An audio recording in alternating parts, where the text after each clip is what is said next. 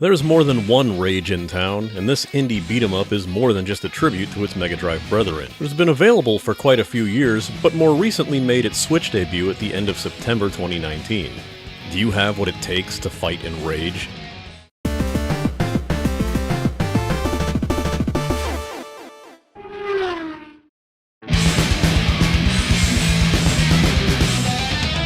As stated, this game has been out for a while, was gifted to me originally by a longtime Grindstone member, and I gave it a run until its very infamous final boss fight. So when I was given the opportunity to review this game's Switch port, I figured it was time to give it another go. Graphically, this game has its style down pat, very Megadrive inspired and extremely pixelated, but using a lot more of a modern polish as the sprite work is some next level stuff, and there's some amazing animations. Especially on the main characters. Especially on one in particular.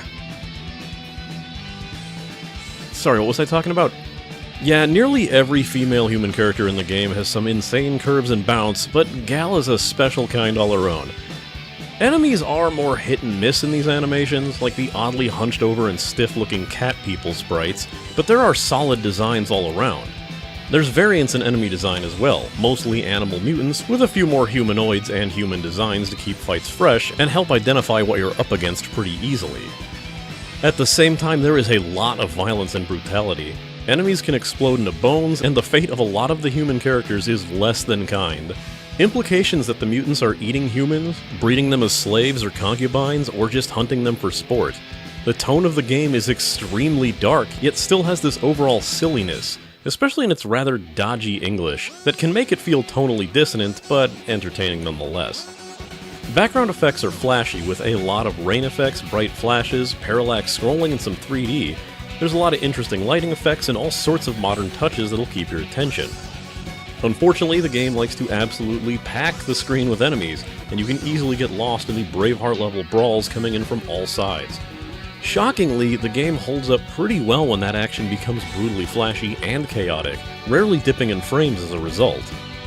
To match the intensity of the combat and the story, the soundtrack is some next-level intensity. While the Street series always seemed to focus on hip-hop beats and was more laid-back dance music with some jazzy tunes, Fight and Rage is almost purely metal. The music is so much at the forefront that the musician gets his opening credit complete with a custom sprite and a guitar riff. While not everything is pure speed metal, you can expect some heavy guitar riffs to take up most of the soundtrack, with some occasionally somber breaks in the tone, or something more amusingly fitting of the stage. Sound impacts are intense and plentiful, and it feels fantastic pulling off intense combos finished with the satisfying crunch of an enemy exploding in a shower of bone. Moves are deceptively simple. Y to attack, B to jump, double tap to run, and pressing A will perform a special. You can get different specials depending on whether you're pressing forward, standing, or jumping. Specials are also handled in a manner of cooldowns, where you can perform any special once the SP meter is full. If it's not full, you can still perform it by sacrificing some health. In a risk-reward scenario, if you need just a bit more damage to finish off an enemy boss, or you find yourself in the middle of a beatdown that would be far worse than the loss of health that you'd get from a special move penalty, you can use it as an escape in a pinch. Advanced players can chain these specials, basic moves, and all sorts of other combo and input attacks, throws, and parry moves to really hold down the field, but don't expect it to be something that you'd understand right away. Specials are also entirely character dependent, as Gal and F. Norris will have differing special moves based on what they're doing, but Ricardo can only do a spinning clothesline. The three characters fit the beat-em-up character niche of fast combo but weaker, mid-range speed and strength, and slow hulking bruiser. So Gal is my favorite character for more than two reasons. But the difference in feel of combat between Gal, F. Norris, and Ricardo is varied enough to give all three a run-through at some point. And they even have multiple dialogue scenes in different scenarios to showcase some replay value. There's even more to be discovered in multiple playthroughs, and there are multiple paths and options to take that can lead you down a very different set of stages and bosses, depending on what you do at certain points of the stage. One of the earliest options is right in the beginning of the game that will let you take the left path out of the starting stage and bring you towards a resistance base, where the choices you make there will vastly affect the outcome. If you continue to the right as normal, you'll see the boss of the first stage take a hostage, who is killed the instant you start the fight, unless you bring a weapon to throw at him from a distance, saving the girl that he's holding on to, or she'll give you the option to take a secret passage after the fight. Don't get too attached to her though, it doesn't go well. You'll reach multiple endings depending on who you've saved and where you go. Just don't think that endings come easy, because dear God does the difficulty ramp the hell up once you've reached the final areas, with a not nearly forgiving enough checkpoint where you'll face off against 3 of the game's toughest normal enemies at once, and then upon reaching the boss, having 2 of the tougher previous bosses sent at you at the same time before he gets off the throne to fight you. I could not beat this game on normal as much as I was trying early on, but easy mode, while definitely easier, isn't a complete cakewalk.